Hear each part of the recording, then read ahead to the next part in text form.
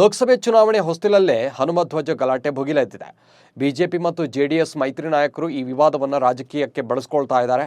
ಸೋಮವಾರ ಮಂಡ್ಯದಲ್ಲಿ ಜಂಟಿ ಹೋರಾಟ ನಡೆಸಿ ಮೈತ್ರಿಯನ್ನು ಮತ್ತಷ್ಟು ಗಟ್ಟಿ ಮಾಡಿಕೊಂಡಿದ್ದಾರೆ.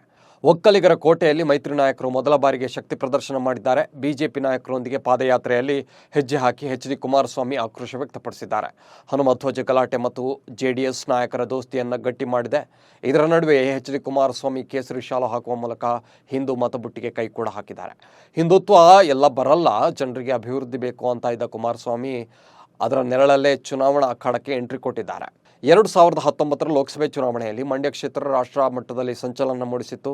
ಪಕ್ಷೇತರ ಅಭ್ಯರ್ಥಿಯಾಗಿದ್ದ ಸುಮಲತಾ ಅಂಬರೀಶ್ ಕರ್ನಾಟಕದ ಅಂದಿನ ಮುಖ್ಯಮಂತ್ರಿ ಎಚ್.ಡಿ. ಕುಮಾರಸ್ವಾಮಿ ಅವರ ಪುತ್ರ ನಿಖಿಲ್ ಕುಮಾರಸ್ವಾಮಿಯನ್ನು ಸೋಲಿಸಿ ಗೆದ್ದು ಬೀಗಿದ್ರು. ಆದರೆ ಈ ಸಲ ಬದಲಾದ ರಾಜಕೀಯದಲ್ಲಿ ಮಂಡ್ಯದಲ್ಲಿ ಕೂಡ ಹಲವು ವ್ಯತ್ಯಾಸಗಳಾಗಿವೆ.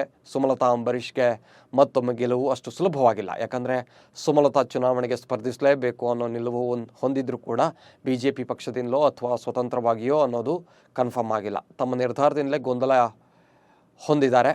ಮತ್ತೊಂದು ಕಡೆ ಬಿಜೆಪಿ ಜೊತೆ ಮೈತ್ರಿ ಮಾಡಿಕೊಂಡಿರುವ ಜೆಡಿಎಸ್ಗೆ ಮಂಡ್ಯ ಕ್ಷೇತ್ರ ಸಿಗೋದು ಬಹುತೇಕ ಖಚಿತವಾಗಿದೆ.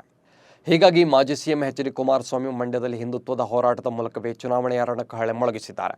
ಮೈತ್ರಿ ನಾಯಕರ ಧ್ವಜ ಗಲಾಟೆಗೆ ತಿರುಗೇಟು ನೀಡೋಕೆ ಕಾಂಗ್ರೆಸ್ ಕೂಡ ಪ್ರತಿತಂತ್ರ ಹೆಣಿತಾ ಇದೆ. ಭಾಗವಧ್ವಜ ಅಸ್ತ್ರಕ್ಕೆ ದಲಿತಾಸ್ತ್ರ ಪ್ರಯೋಗಿಸೋಕೆ ಕಾಂಗ್ರೆಸ್ ಮುಂದಾಗಿದೆ ಎನ್ನಲಾಗಿದೆ. ನಮಗೂ ಅಂಬೇಡ್ಕರ್ ಫೋಟೋ ಇರೋ ಧ್ವಜಸ್ತಂಭಕ್ಕೆ ಅವಕಾಶ ನೀಡಿ ಅಂತ ದಲಿತ ಸಂಘಟನೆಗಳ ಹೋರಾಟಕ್ಕೆ ಕರೆ ಕೊಡೋಕೆ ಚಿಂತನೆ ನಡೆದಿದೆ ಎನ್ನಲಾಗಿದೆ. ಆದರೆ ಇದ್ಯಾವುದಕ್ಕೂ ಆಸ್ಪದ ಕೊಡದೆ ಮೈತ್ರಿ ನಾಯಕರು ತಮ್ಮ ಗೇಮ್ ಮುಂದುವರೆಸಿದ್ದಾರೆ. ವಿಧಾನಸಭಾ ಚುನಾವಣೆಯಲ್ಲಿ ಮಂಡ್ಯದ 7 ಕ್ಷೇತ್ರಗಳ ಪೈಕಿ 5 ಕ್ಷೇತ್ರಗಳಲ್ಲಿ ಕಾಂಗ್ರೆಸ್ ಗೆದ್ದಿದೆ. ಆದರೆ ಲೋಕಸಭೆ ಚುನಾವಣೆಗೆ ಅಭ್ಯರ್ಥಿಗಳ ಕೊರತೆ ಜೊತೆಗೆ ಯಾರನ್ನು ಕಣಕ್ಕಿಳಿಸಬಹುದು ಅನ್ನೋದರ ಬಗ್ಗೆಯೂ ಸ್ಪಷ್ಟತೆ ಇಲ್ಲ. ಮಾತ್ರವಲ್ಲ, ಕಾಂಗ್ರೆಸ್ನಲ್ಲಿ ಮಂಡ್ಯ ಕ್ಷೇತ್ರದ ಟಿಕೆಟ್ ಆಕಾಂಕ್ಷಿಗಳ ಪಟ್ಟಿ ದೊಡ್ಡದಾಗಿದೆ.